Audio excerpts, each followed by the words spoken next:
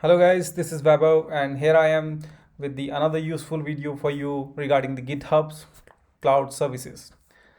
So in this video, we are going to cover how to upload your code from Visual Studio to GitHub.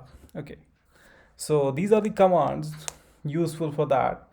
And with that command, we will be going to upload our video, sorry, not video, it's code to the GitHub repository.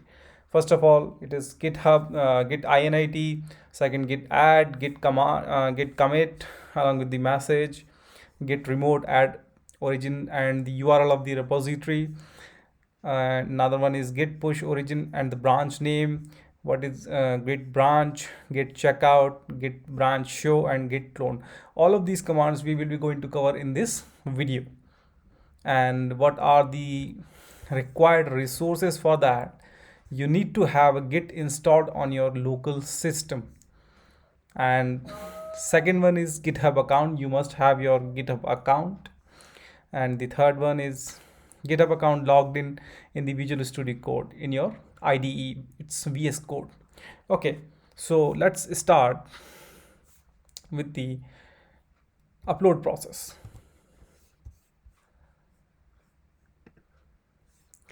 So this is the project I have created for my reference in my org, and now I am going to upload this uh, project to the GitHub repository. So first of all, we need to have a repository on the Git. Let's create it. So this is my personal GitHub account, and I also have some repository pre-created repository which I have worked. These are the public repositories. I will tell you. Just click on the new repository, and you can give the name over there. Let's name it GitHub demo. GitHub demo. Yes. GitHub. And whatever you wanted to make it, if it is public, you can make it public, or you can keep it as a private. If you want to add the readme file from there, yes, you can. You have to check this particular checkbox, and I'm not gonna adding this readme file. Another one is git ignore. If you want to add the git ignore file, then you can add. In my case, I'm not going to add the git ignore. Then let me just tell you about the git ignore file. This file is containing the reference of those files in our project which we are not going to upload to the GitHub repositories. So basically we don't need it on the GitHub repository. It will just increase the size of the project. Okay, and the license, no, we are not going to choose any license yet. Create repository, and yes, here we got it. So you see there is no branches created because we do not have any single file in that repository. So we got the URL of the repository which is created, and now we will going to upload our code. So first of all, what we need to do, from the top we need to go to this source control section, and you see there is initialize repository. So what is this initialize repository? With this we will be going to do this particular thing from the command. It will be going to initialize the repository in our local system. So what is Git and GitHub? You can have some more knowledge about the Git and GitHub. Actually, Git is installed in our local system, and GitHub is the cloud repository which is providing the services just to maintain our code on cloud. And now let's take a new terminal, and once you have installed the Git in your system, you can check the version. Sorry. Yes. So, one second. It's Git double hyphen. Yes. This you can see git 2.39.1 is installed in my system. Let's clear. Okay, so what I'm going to do is, first of all, git I90. Yes, you see the initialization has been taken place. Another one is git add. I will tell you about the status of the file in another video. So you can see there is a status once you initialize the repository, it's U. The status of the U is untracked. So once you initialize the repository, all the files will be initialized in the repository in your local system, and the status is currently untracked. So what we are going to do, the second one is git add. Yes, you see the status is changed, it's added to the repository. Yes, the text, another one is git commit. I am on your message initial commit. Okay, we are going to commit all those files. Yes, all these files are committed. Yep, you can see the status. Yes, and another one is this command. Let me just tell you about.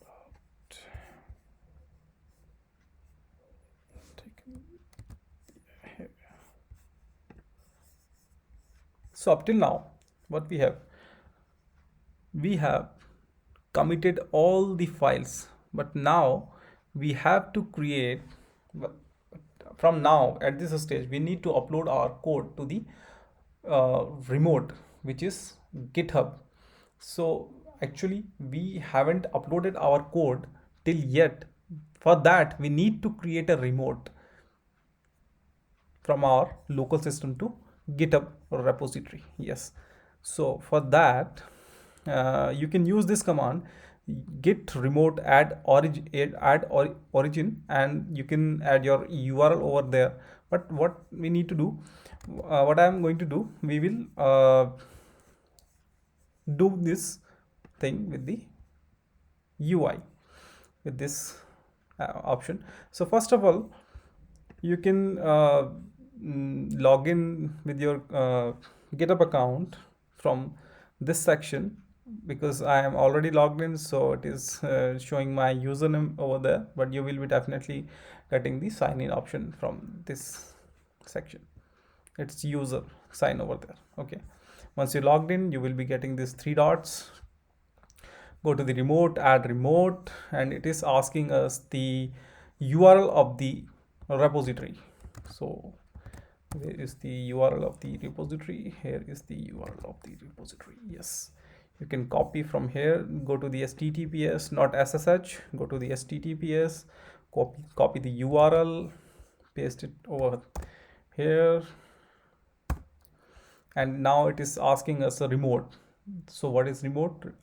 Remote is the middleware between our code and the GitHub repository. So under that name, remote name, multiple branches can be added. So I am giving the name is origin. Yes, the remote is now created, and now we are going to push our code. So let's say git push origin and master. As you can see, we are working on this master branch. So basically once we initialize our repository in our local system, the default branch named master is created by default. So we are mentioning over there, this is the branch name, and this is the origin name which we have given just now. Yes, you can see. the new because as we have seen, there were no branch was created in that repository, and as you can see, new branch master is created, and all the information you can see from there. Let's go to the GitHub. Let's refresh it. Okay, you see there is a master branch created, and as you see, all the code which I have post from there, and you can see the initial commit message is coming over there. Yes, and let's move on to the another command which we have going to use. Git branch, git checkout, git branch. Okay, so now let's say whatever you need, you have to create the another branch. Why we need another branch is because we wanted to make add some another feature in our original piece of code. And what original piece of code is contained by the main branch, it's master branch always. So we cannot change the unusual changes to our master branch, so we have to create another branch just to keep the track for our changes. So go to this section, git create branch, and the branch name is, I'm just writing over there, it's Wabo. You see the branch name is changed, and I'm going to the file and I'm adding some comments over there. This is test method, this is another test method, this is another method, and so on. And once I save this file, it will keep track to this section, and we need to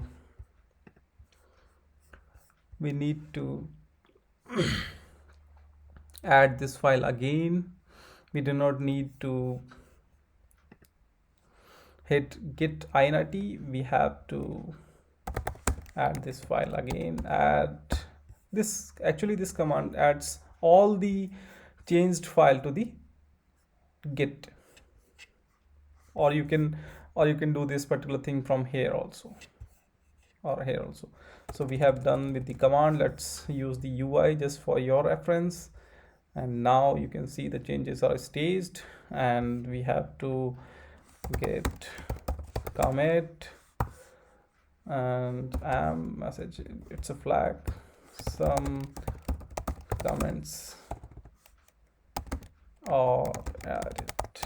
Okay, as you can see, some comments are added. Yes, some comments are added. And now again you have to give command git push origin, as I told you about, under one remote name multiple branches can be reside. Yes, so here I'm written Wabo, not master. We are not I'm not mentioning over here master, I'm just mentioning Wabo. Why? Because we have created just created a new branch Wabo. Up till now we haven't uploaded anything to the our repository, because as you can see there is no Wabo branch is created, because we haven't posted anything from the Wabo branch from here. So that is the reason why the Wabo branch is not there. Once we hit this command, yes, as you can see the new branch Wabo is created and all the files are uploaded. Let's refresh this again, and you see Wabo. Yeah, see data generation class, I have made some changes. This is test comment, this is another test method, and yes, as you can see in that file I have added a comment, some comments are added. So over there is a two branch created, Wabo and master, for this particular repository, for this repository. Yes, and let's move on to the another command. Let's clear this. Git branch. Now let's check out. So what this command is doing, it is used to switch between from one branch to the another branch. Okay, let's say master. Yes, as you can see, the branch name is changed from Wabo to master. Okay, let's see data generation. We have added some comments over there in the Wabo branch, not on the master branch, so the comments are not there. Once I check out git checkout Wabo, okay, you see these comments are again appeared because we have just changed our branch in that repository. And the last but not the least, I'm just creating another create project with manifest empty project, get okay.